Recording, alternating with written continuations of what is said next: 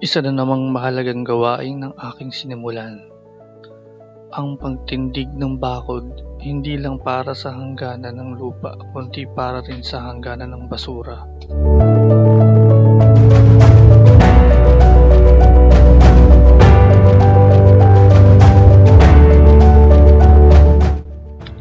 Sa paglipas ng panahon, napuno ang paligid ng basura, mga kalat na hindi ako may gawa pero akong kailangang humarap. Masakit mang isipin, ito'y bunga ng kakulangan ng disiplina at malasakit ng ilan. Hindi ako naninisi, ngunit kailangan natin tanggapin na ang kalikasan ay sumasalamin sa ating asal.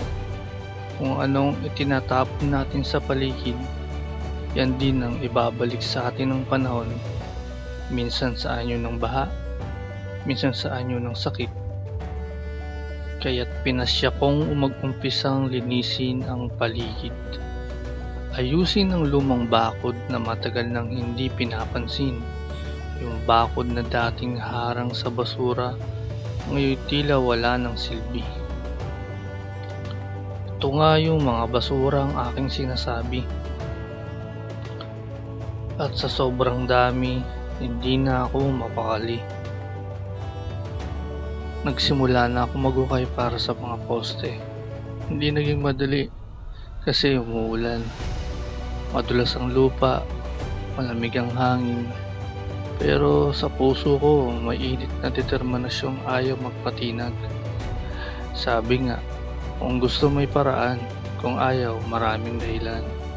At dahil mahal ko ang ginagawa ko, hindi ko to hihinto. Dahil sa bawat paghakbang, may saysay sa bawat pawis na tumutulo, may kapalit na pagbabago. Kaya tuloy lang ang hukay, kahit ramdam ko na ang alay.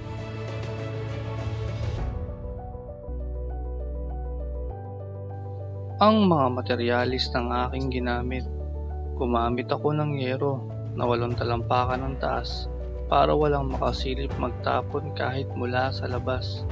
Mahal man ang bawat peraso, ang halaga nito ay walang kapantay kung ang kapalit ay kaayusan at kapayapaan. GI pipe para sa mga poste, tubular na naging bracket at alambre ang nagsilbing haligi.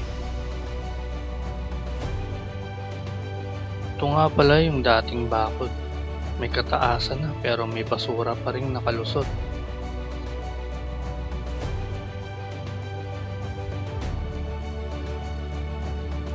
At sa gitna ng ulan, isang pamilyar na muka ang dumating. Si Papart nga pala. Siya talaga ang dapat gagawa nito. Pero hindi ko na inaasahan dahil sa sama ng panahon. Ayokong hintayin ang araw na tumila ang ulan. Gaya ng buhay, hindi mo kailangang hintayin na gumanda ang lahat para kumilos. Minsan, kailangan umpisahan mo kahit basa ka, kahit pagod ka, kahit mag-isa ka. At sa kanyang pagdating, may dalang lakas at kasamang sigla. Iba pa rin naman kasi talaga pag may kasama ka.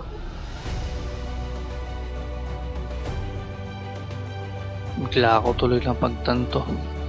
Sa buhay, hindi mo alam kung kailan may darating na tulong. Minsan, isang maliit na pagkilos ng iba ay may malaking epekto sa atin.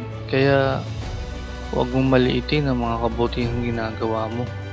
Baka sa mata ng iba, ikaw na ang liwanag sa gitna ng kanilang dilim.